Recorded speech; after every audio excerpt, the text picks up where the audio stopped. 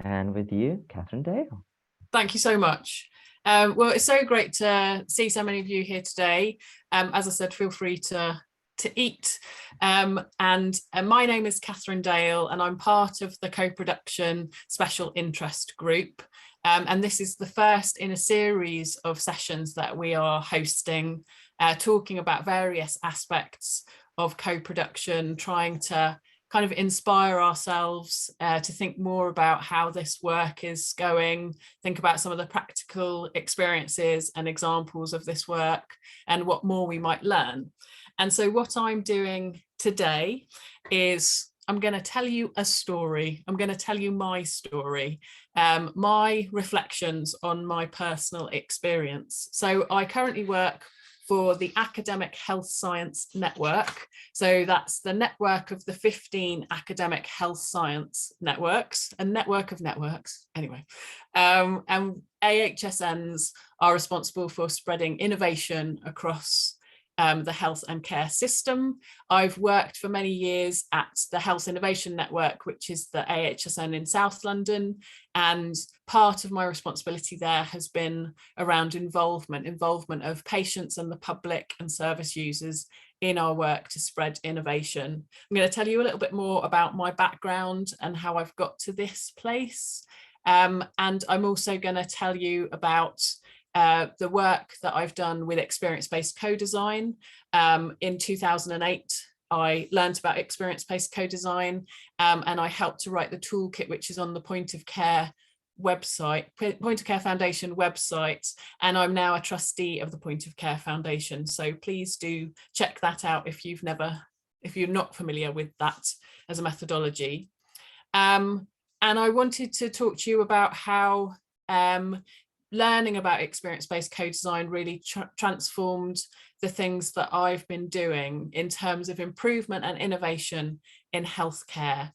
That I don't always use the full methodology of experience-based co-design, but I take the principles of that, which are having an experience lens on the ways in which we're going to understand what's going on with healthcare services and the things that we're going to improve in healthcare services, and co-designing, co-developing, co-producing the outputs so that the transformation that takes place in healthcare is joint partnership between healthcare professionals and people who are experiencing and in need of healthcare services.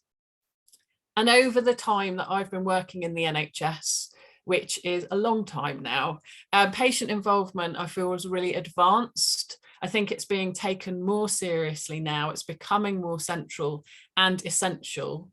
And I want to talk about the progress, my own personal progress, which is what I will focus on, but also that in the context of the progress that I see structurally in the way in which we approach things.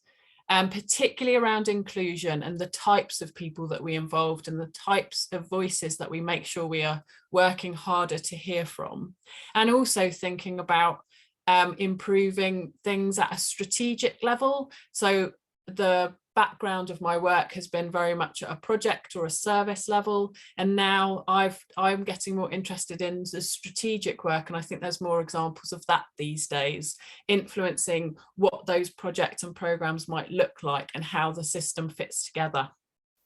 And I'd just like to ask you a few questions for your thoughts, and then we'll have some time for discussion towards the end of this session. Please feel free to put any questions that you've got in the chat, or if you're really desperate to ask a question while I'm talking, please feel free to put your hand up. But I'm generally going to share my thoughts and then we'll have some discussion afterwards. But the questions I'd like you to think about is, what are the thoughts that my reflections prompt in you?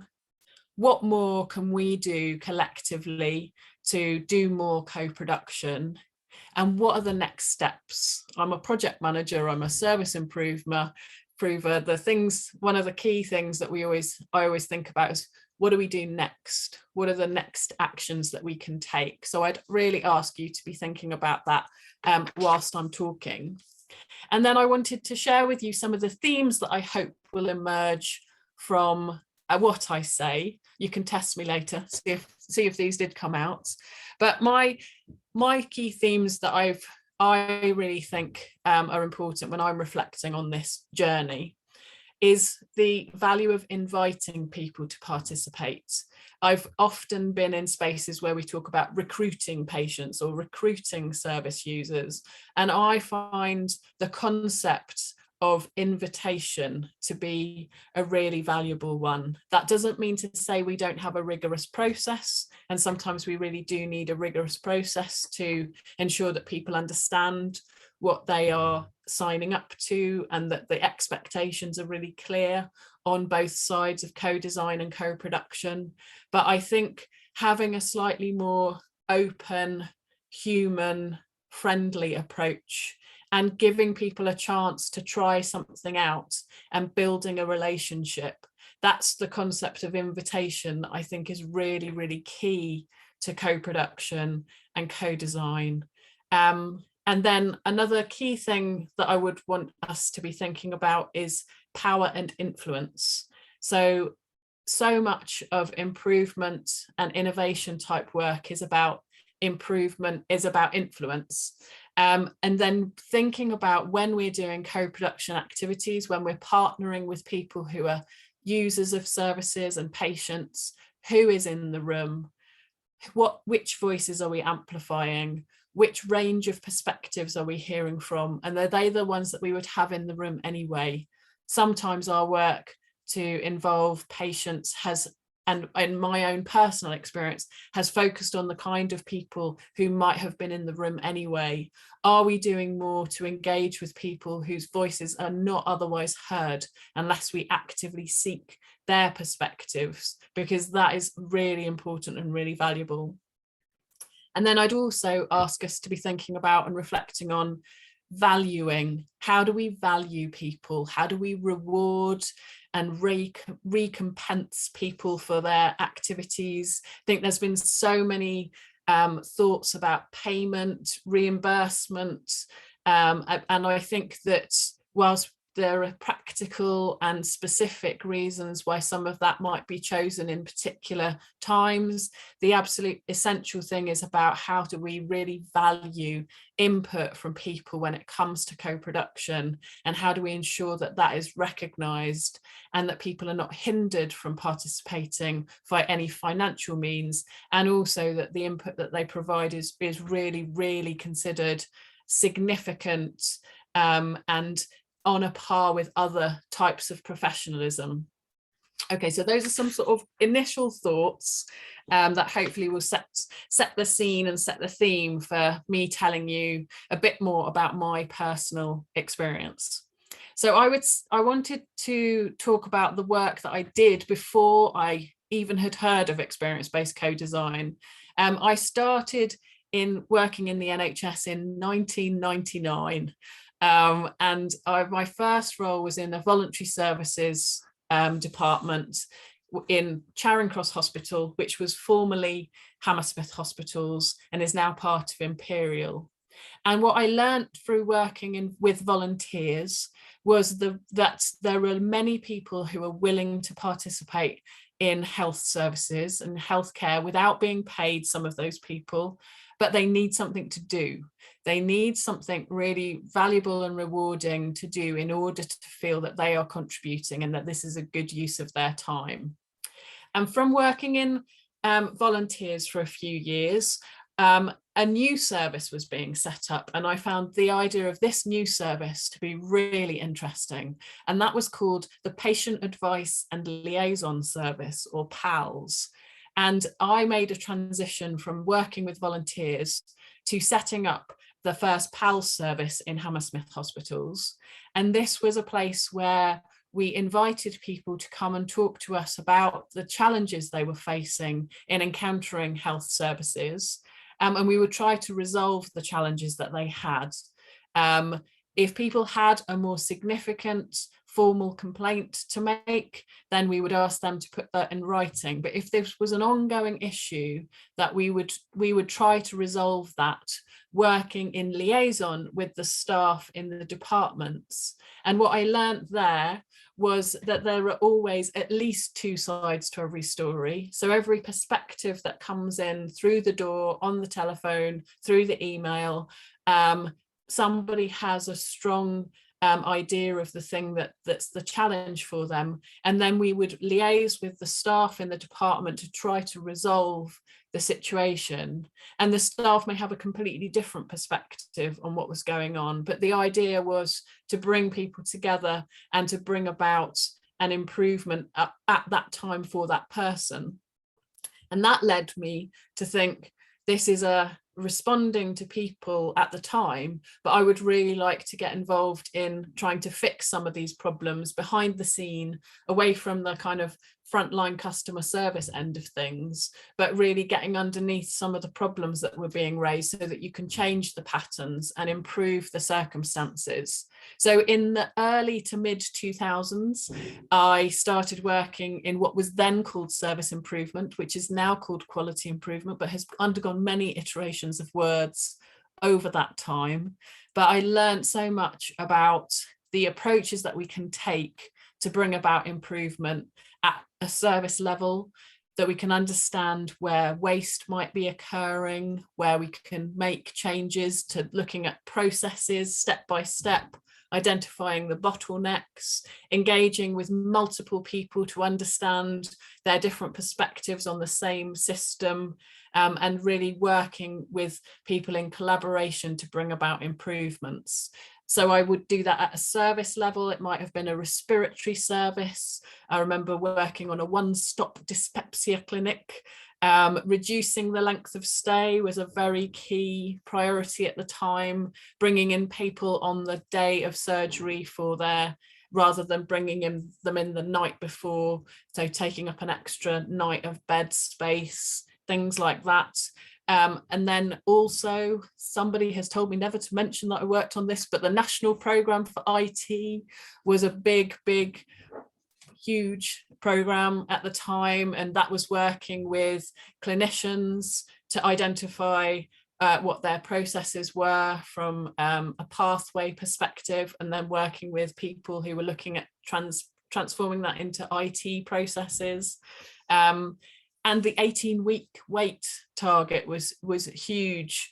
And sadly, things have gone very much backwards since the days of really reducing waiting times. But that was a huge area of emphasis around improvement in the sort of going on to the mid to late 2000s, and required lots of engagement with multiple stakeholders, looking at processes, looking at how things could be improved, looking at the data, all of these sorts of things. But I did notice that we emphasised quite a lot about processes and efficiency. And where I'd worked in PALS, I was much more engaged with the experience of people. That was the things that they would come and talk to us about. They would talk about things like if they didn't have an accurate letter, or if their notes had gone missing, which was a big issue, well, particularly before electronic notes, then it would undermine people's confidence in the system. And yes, you need to ensure that you get the processes right to make that more reliable, but it was also getting insights from people about what was important to them that I felt was somewhat missing with the approach we were taking with improvement. So towards the end of my time, a couple of things happened. One was that Charing Cross Hospital and Hammersmith Hospitals merged with St Mary's and became Imperial. So there was massive change in the organisation. But also, not far off before I left, I went on a training course that Helen Bevan had run, and was introduced to this new method called experience-based co-design, in which people had taken the experience of patients and the experience of staff, learning from design industry, and had then brought those two groups together to work on improvement together in a co-design. And I thought this sounded really fascinating. So I was really excited when in my next job, which was in the cancer programme at Guy's and St Thomas's Hospital, they were actually using this experience-based co-design methodology. So I learnt how to use it in depth. And that my role in that organisation was a programme manager for patient-centred care. And when I told my mum the job title, she said, as opposed to what? What other kind of care is there in the NHS other than patient-centred? But at the same time, when I used to go to meetings of various consultants in cancer services and nurses and doctors and managers, and I would tell them that my job title was Programme Manager for Patient-Centred Care, they felt quite offended because it implied that they were not patient-centred and we were doing projects that were about being patient-centred. So it was a really interesting juxtaposition of how on the one hand it was well, I mean, in some ways those were both the same thing, weren't they? What is healthcare if it isn't patient-centred, and what are we saying if it's not coming across to people as patient-centred? One of the things that I had to work with in cancer services was the National Cancer Patient Experience Survey. And I remember that being an absolute deluge of information, but it was very difficult to know kind of what to do with it. So when we used experience-based co-design, was the first time we used it, we compared it to an output from a survey and found that this approach really honed in on things that were important and where you would prioritize activity to bring about changes. And by working in partnership with patients, that actually the focus on activity and the focus on the energy that partnership with patients could really give you led to much more rewarding and meaningful work that brought about changes that meant a lot to patients and to staff. One example would be that we did quite a lot of work in our day surgery unit, which had not formed part of our overall mapping of the services beforehand, because when we mapped breast cancer services, we had understood the outpatient clinics, the oncology teams that were involved, chemotherapy, but we'd kind of missed that a lot of the procedures that women were undergoing took place in the day surgery unit, which was a bit related to reducing length of stay. So more people were having treatment that would just be a day surgery activity rather than an inpatient stay, which is good in terms of not having to be in hospital when you don't have to. But the service as a whole hadn't really taken into account what day surgery procedures were like. And for example, when women were being marked up for breast procedures, this was taking place in a changing room area. So there was just a curtain protecting them from the other people in that space. So this wasn't feeling like a comfortable place to be being marked up on your breast to go on have a procedure. And it was as straightforward as finding a room with a door that could be identified where people could have this, because there were other day surgery procedures where it was not as intimate and not as necessary to have that level of privacy. But for breast cancer patients, this was a real requirement. And in some ways it was straightforward, but in other ways it had never been noticed before. Or if it had been noticed, perhaps a clinician had thought this isn't ideal. They hadn't necessarily been in a place where they thought, and I know how I can go about changing this. I know who I need to talk to. I know when I can do that. So there's something about creating places and spaces for people to have the time to think about these things and to notice them externally that was very profound for me in my learning about experience-based co-design. And after that, we went on to develop a new cancer centre at Guy's Hospital. And when we were setting up a programme to go about doing that work, I was asked to involve patients in that activity from a governance perspective. How would you design a governance structure that involved patients? And the default approach at the time would be to have one, maybe at a stretch, two patient representatives on an overarching board to represent all patients. And I really didn't think that was going to quite quite hack it for the way we were moving from such meaningful engagement with people. So I really wanted to do something that was much more meaningful. So we took the approach that was a patient reference group. At that time, I'd done a lot of work where there'd been clinical reference groups, where there'd been the doctors would not have enough time to go through all of the detail of the project every single minute that the project managers would like. But you would go to those group of clinicians and share with them the key updates about your project. And you'd have your specific questions. And I thought, well, we could take a similar model like that with patients, because this was a huge, complex program of work to bring about a new cancer centre being built. And there's multiple ways in which patients could get involved with that. But if we have people that we can go to collectively, then we would have a mechanism of inviting patient perspectives. And the other thing about having a group of people is you get a range of different views from those people. There is no one patient perspective on things, just like there isn't one breast consultant perspective on things, but we are more open in healthcare to have an understanding that you've got difference within a clinical specialty.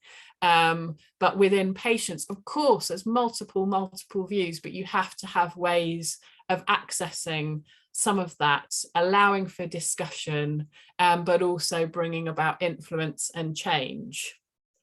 Through that work, I met the very fantastic Diana, who became the chair of our patient reference group. And she was an incredibly influential person, very quiet, unassuming, but she grew in confidence over time, and she was invited to become a member of the overarching board for the work of the cancer building of the cancer centre, and she would be invited to speak about it. She became a true ambassador for the work, which was a sort of unintended and unexpected benefit of having her as a patient representative involved. And the patients also influenced very significant decisions around the cancer centre. For example, they were invited to meet the architects when we got to the point of designing the overall building. And it was their conversation with the architects that meant that the radiotherapy department was not in its default place, which is in the basement, but it was actually on the first floor. Now, this meant that the design of the building had to be, weighed, you had to really counterbalance the weight, because radiotherapy units have to have very thick walls to protect everyone from the radiation. So putting that above ground meant you had to have a lot of piling. So it significantly impacted the structure, but by hearing that from patients, this was built into the design within the cost, and that priority was given to something as significant as that. It's Diana who taught me the concept of invitation. She said that when she was initially invited to participate in what was a working group looking at whether or not we might be opening a cancer centre, she was invited to participate in that. It was only over time and over kind of much activity that she grew into the role of becoming the chair of the patient reference group, and her responsibilities really expanded. There was so much learning that I gained from working with Diana, and some of it I look back on and I feel that I didn't do enough to support her. She took on a lot of responsibility. She wasn't paid at all. I don't know that she would have wanted to have been paid, but I feel like these days I would have at least had a conversation with her about some of her responsibilities, some of the ways in which I could have supported her better, making sure that there were some boundaries on the activities she had. When you're part of a very networked area of work, the chances for lots and lots of people to make demands of you are high. And as a person who's working to support other people who are representatives of patients and service users, it's my responsibility to make sure that that is well understood, and that we do that as carefully and as thoughtfully as we can. And you don't want to lose the willingness of people to participate, to be creative, to seek opportunities. There's a real balance there, I think, to be struck, and that we're all learning. Sadly, Diana Crawshaw died a few years later. And at her funeral, her son said to me that when she first met me, Diana had no idea what I did. She didn't understand what my job was. She kind of understood what the doctors and the nurses and the managers of doing other things, that she got that. She just didn't really have a clue what this patient-centered care program manager, what on earth is that? She wasn't the only one, obviously. When I left my job before Diana died, I invited her to give a speech at my leaving do, which she kindly offered to do, or agreed to do. And when she talked about me and my role, I felt like she understood what I did better than my line manager did. It was really incredible, the way in which, working with her, I gained so much, and we made sense of that kind of world together. Also in the cancer centre work, and through our patient reference group, met another woman called Leslie. She was a real activist and an agitator, and she pushed me. She really pushed me, particularly when the patient reference group was at its height and there was the most going on with the building of the new cancer centre. And she said this was not co-production. There's no way this was co-production. It wasn't even co-design. It was consultation at best. And often it was just informing patients of what was going on. There was no true participation from patients. Patients should be much more involved and have a much greater say in decision making around this new cancer centre. I have to say, the time when she had that conversation with me, I burst into tears at my desk after hanging up the phone to her. I didn't burst into tears on her, but it really, really upset me. And at the same time as she was saying this to me, we were winning awards, and my new boss, he had never seen patient engagement like it.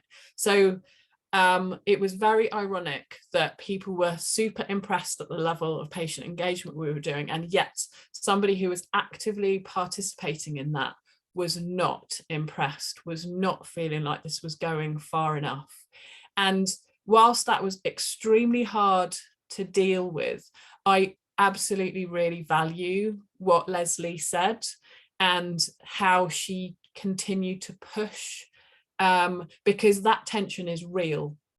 That tension of, because patient involvement is not the default, is not the normal way of doing things, you can be in spaces where people are just happy with whatever you're doing, that you're doing something, and therefore it's amazing that you're doing something.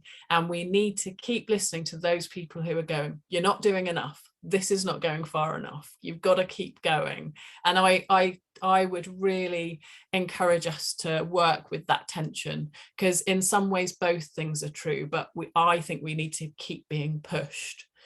In 2016, I joined the Health Innovation Network, which is the academic health science network.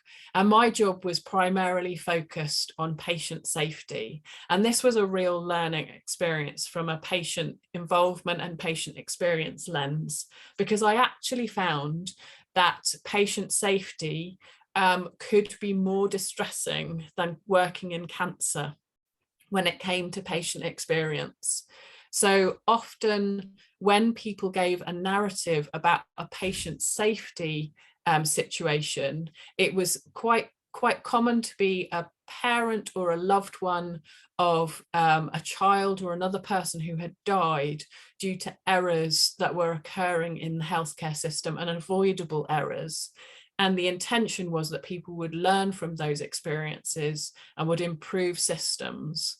But unfortunately, that isn't always the way in which those narratives are shared This is a moment at which we often refer to patient stories. And I remember a wonderful woman from Ireland, Margaret Murphy, who's worked for the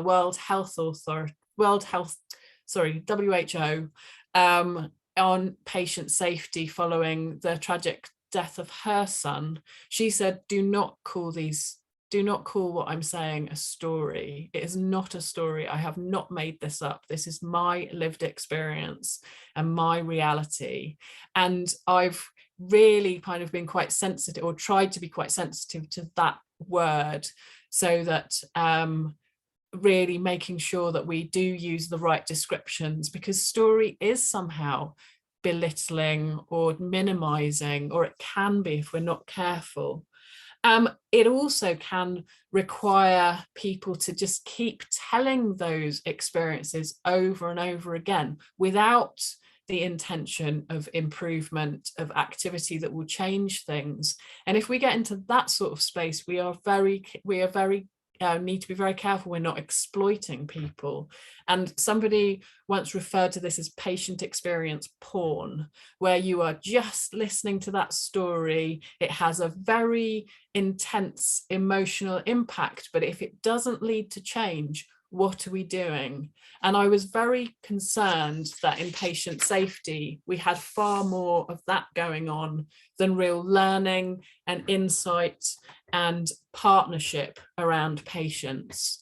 So that's where I've been so proud to be a part in shaping a new role in the NHS, which is the patient safety partners role.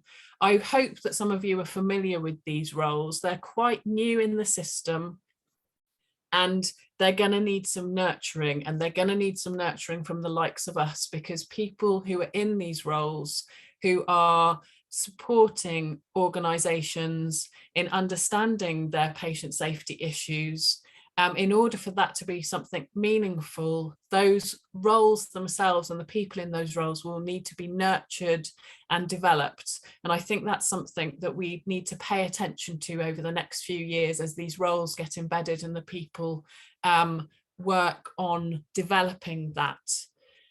And then in terms of the Health Innovation Network, I really didn't feel like I was doing a lot when it came to patient involvement and patient experience, but it was absolutely fantastic when my colleague who's actually on this call, Sophie, did an audit of the work that was going on in the Health Innovation Network and looked at many, many different projects and found that there were mechanisms of involvement going on in a widespread range of those projects. And this was a bit of a light bulb moment to me, because I'd kind of been so brought up as a project manager and then a program manager. I'd kind of got it into my head that the only way I could get things done was by doing things. And I think on reflection, one of the things that I was able to influence along with other colleagues was creating an atmosphere in which there was an expectation that involvement takes place.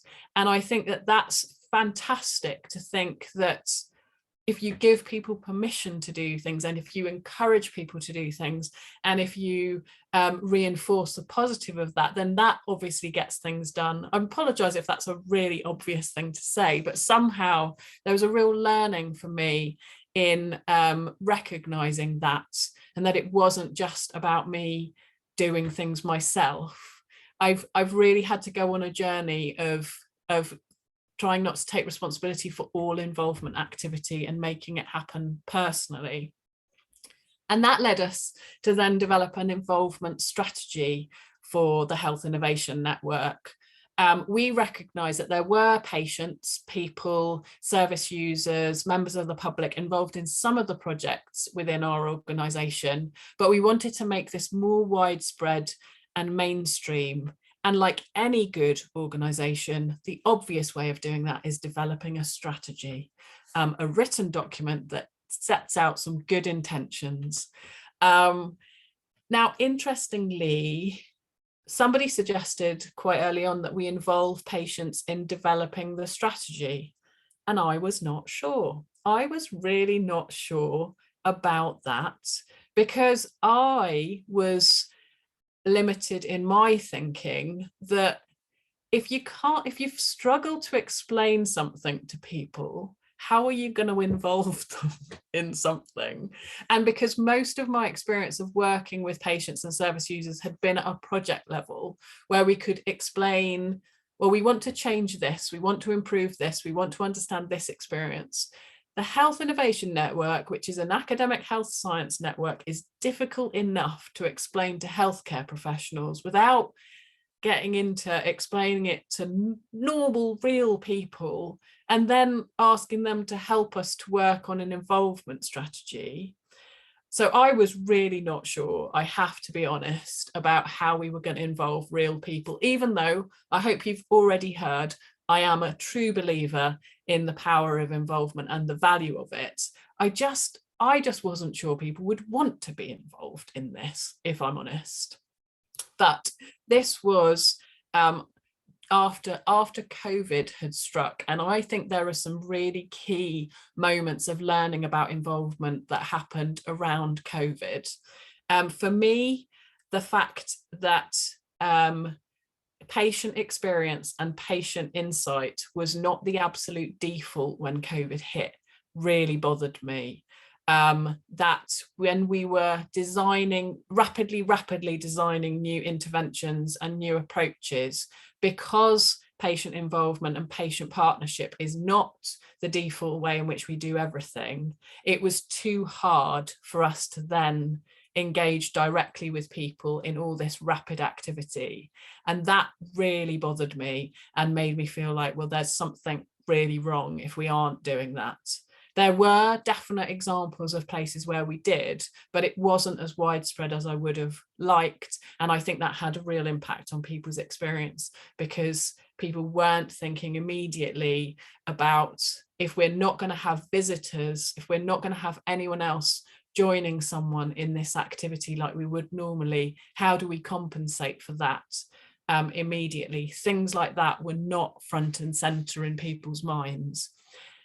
The second thing is that staff got very vocal about the emotional toll of their experience in a way that I'd never seen in healthcare until COVID. When we first did experience-based co-design, part of that is asking staff about their experience of healthcare services, delivering the healthcare services, but their personal experience and their personal, the impact it has on them. And what we found often was that people would be much more comfortable talking about how they understood patients were experiencing their services than how they as a healthcare professional was experiencing it.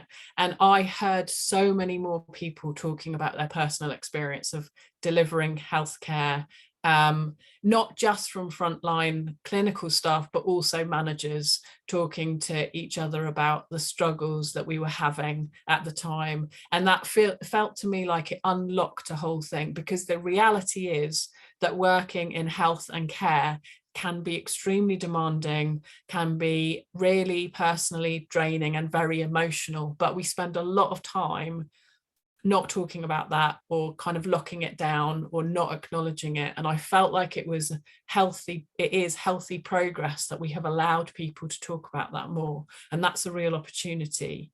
And the third thing is that through COVID, the way in which we have, as we are today, got so much better at virtual and online activity. Now, obviously, we know that there are some people who are less able to access things if we are totally reliant on digitally enabled activity. But at the same time, when people are supported well, virtual things can be more accessible.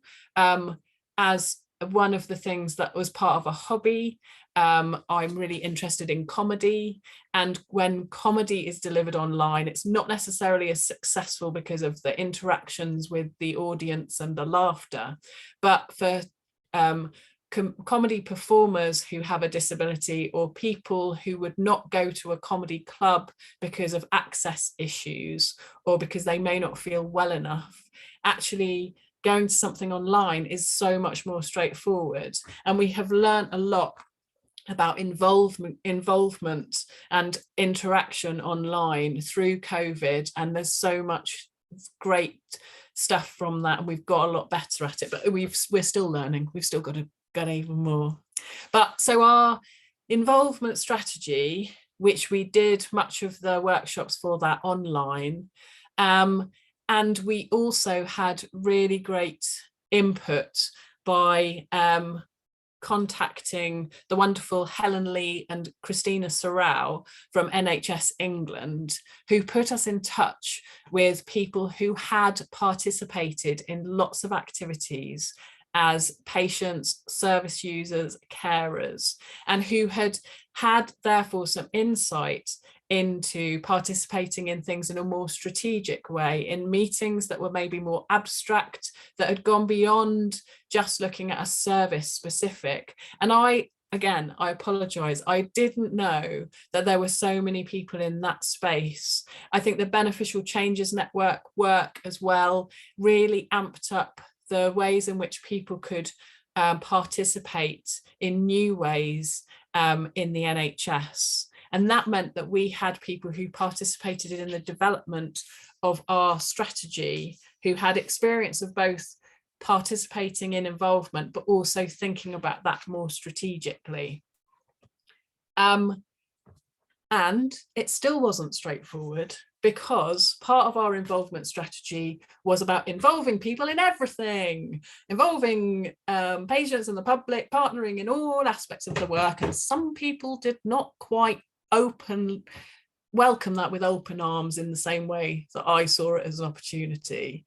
Some people still interpreted that as just inviting a random person off the street to come into a meeting where you've already got multiple quite complex stakeholders and the politics of it is quite tricky. So how on earth are we going to just invite the public to participate in this? And it was very interesting to kind of recognize that people's concept in their heads can be very, very different based on their personal experience and what these terms mean to them. So we've still had to go on a journey with a number of people in our organization and externally.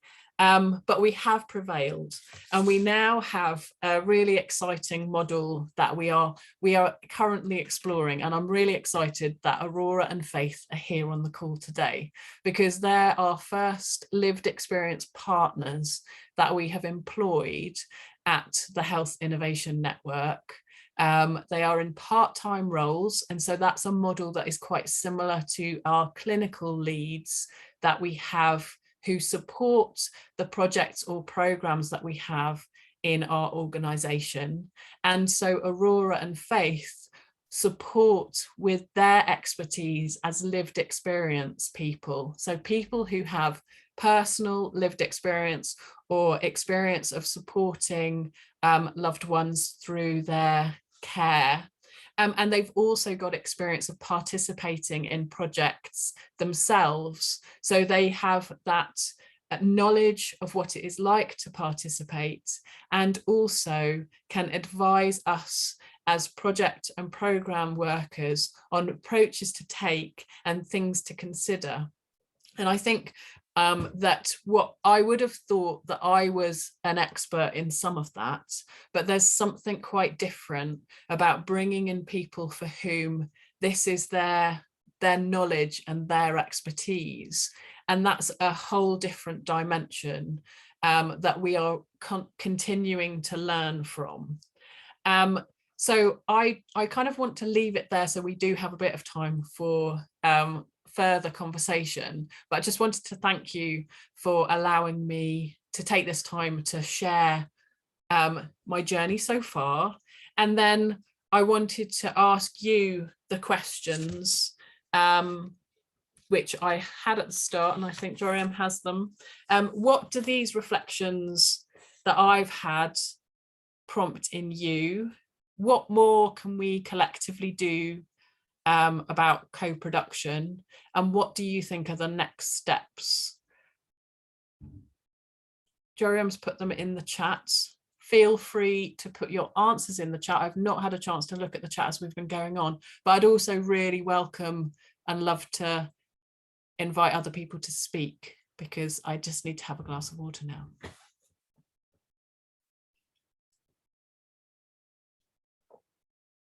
Oh, I was about to suggest the raise hands function, but Sue just went ahead and did it. This facilitation has never been easier. But anyway, if anybody else would like to also talk about the questions, if you go on the bottom of Zoom, there's a couple of buttons there. One of those buttons is reactions, and inside reactions, you will find the raise hand function, just like Sue did. But yes, you can start, Sue, please. Thank you very much, and thank you very much, Catherine, for that account. That was very, very thought-provoking, and I think going forward as a trust, we certainly will need to do a lot more around co-production and possibly starting with things like roadshows and that sort of thing. I've got a lot of experience of working with staff, but not a massive amount of experience of working with service users. But I've been in the NHS, like yourself, quite a long time as well. So this was a really good thing for me to tap into. So I suppose I have two questions, really. The first of all is you've mentioned that this is a special interest group, and I wondered if other people were able to join that, or if that's sort of something that you do sort of now and again and isn't sort of generally open to everyone. And also around the fact that having some sort of a point of contact, I don't know if that would be yourself or somebody else within the special interest group, to sort of you know, go forward on this journey, because as I say, for me, I don't have a massive amount of experience of working with service users. Yeah, so I would say about the special interest group, this is a bit of a relaunch of the special interest group. So we decided to do this series of events. I would say we're not the most active of special interest groups, but that's very much down to us to really change that. And it would be great to have a bit more input and energy. It is open to all Q members, and Joram's put the link in the chat, so please do feel free to join. And I would be more than happy, Sue, for you to contact me with specific, because that was my experience before. I had lots of experience working with staff, and the transition into working with patients, there are some things you need to consider, but the main thing you need to consider is it's people. We're all people, but I would also think that what I did from the start, please don't do that, which was when I was working with patients and service users, I think I probably defaulted to the people who were most like the staff, the people I was most comfortable with, most familiar with.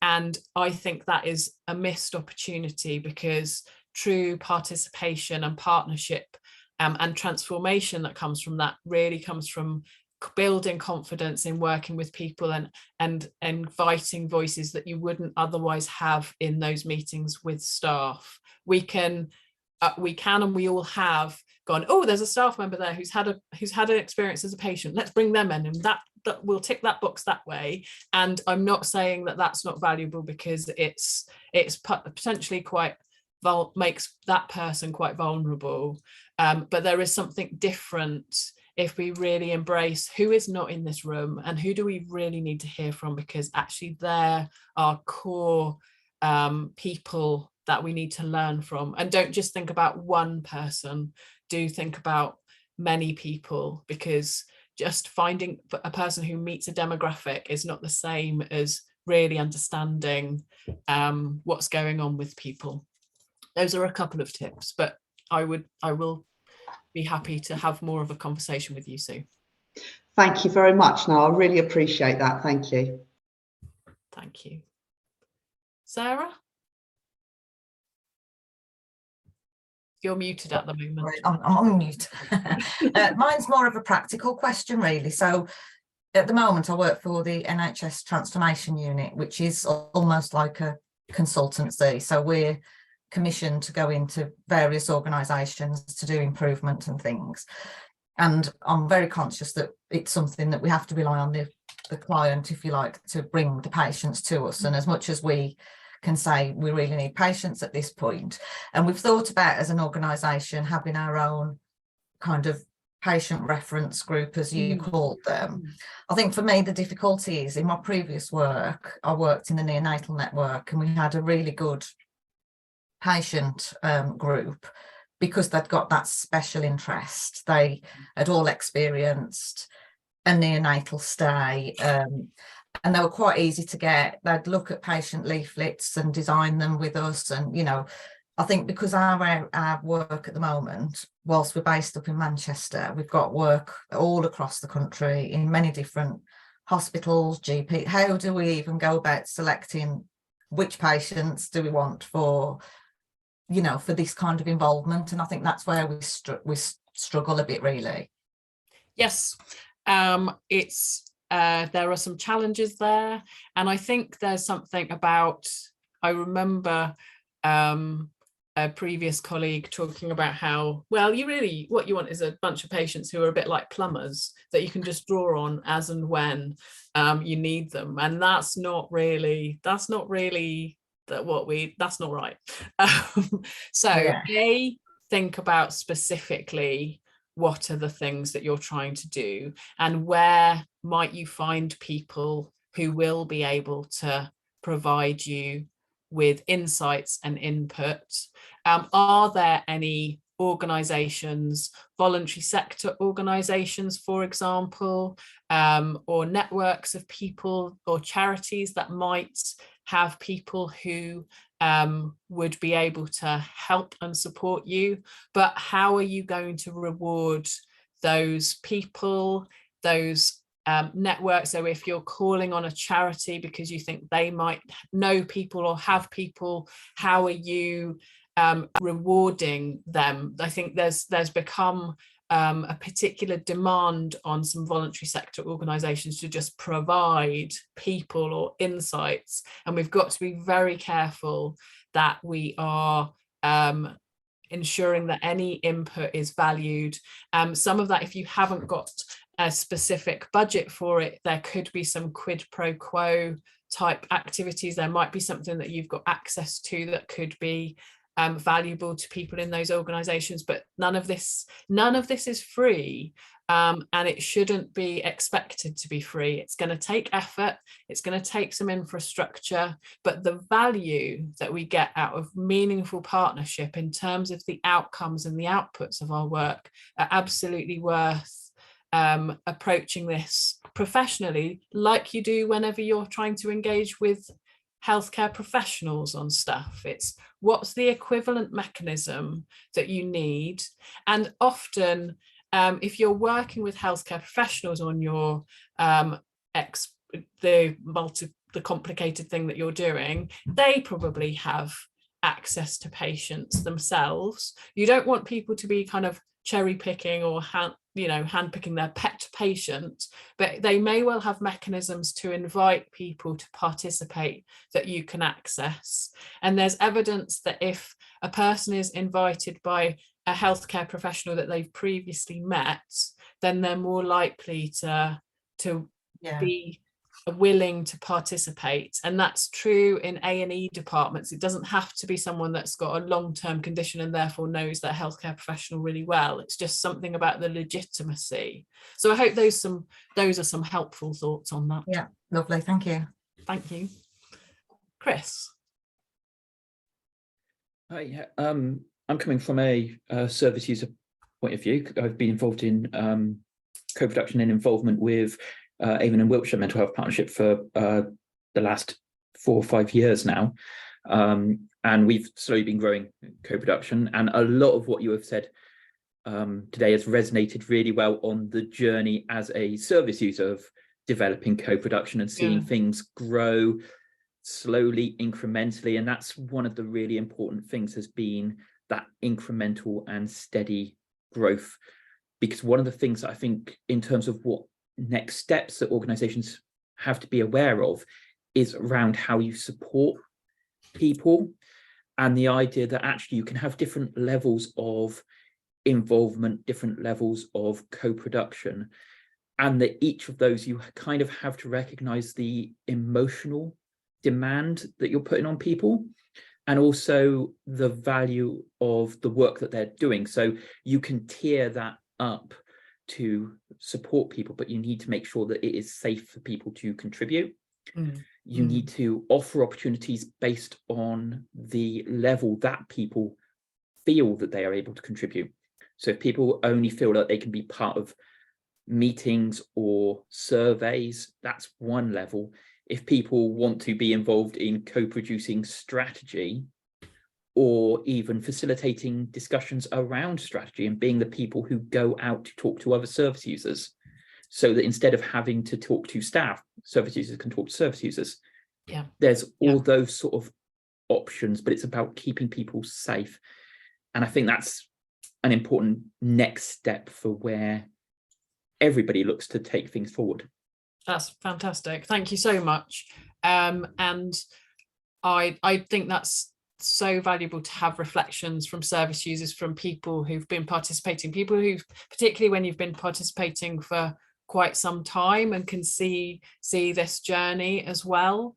I think that what you're saying about the emotional demand is so true. And when it's interwoven with your own personal healthcare and your relationship with the healthcare system, then it's even more important. So as a healthcare professional, to give myself a grand title, it's to do with my in my professional career. That's what's at stake.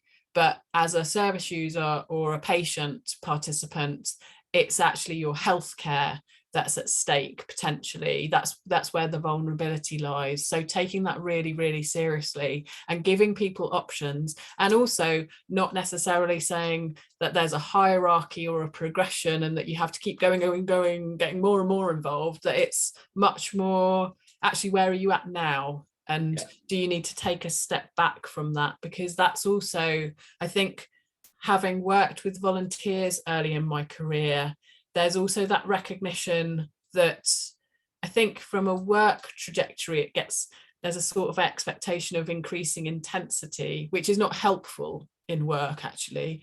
But there's that needing to think backwards and forwards about, maybe I need to step back from this for this time, or maybe I need to encourage that person to enable other people to participate as well. But I tell you, it's such a fine line between being patronizing and condescending and overstepping the paternalistic versus enabling and empowering. This is my reflections on working with Diana as well. There definitely would have been moments where, on reflection, I should have said something, and there would have been times when she'd have gone, "You back off, you shush, I'm going to do what I'm going to do," sort of thing. So it's a really interesting dynamic, but that just needs further work and again, equal partnership in the power dynamic there as well. Thank you. I think we're at time, aren't we? We are at time. Thank you so much, Catherine. That's been super helpful, and the chat's been so active throughout. It was great. And for everybody else, I just reposted Catherine's event link today. Also has the link to all the other co-production events. This is the first one of a mini series of 4, and possibly even more. And the themes are not all chosen, but you can already add them to your calendar and be ready for when the time comes. Thank you so much. It's been brilliant. And thanks for reanimating, giving some extra fire to the co-production still, Catherine. Thank you. Thanks, everybody. Great to see you all. Have a great rest of the day.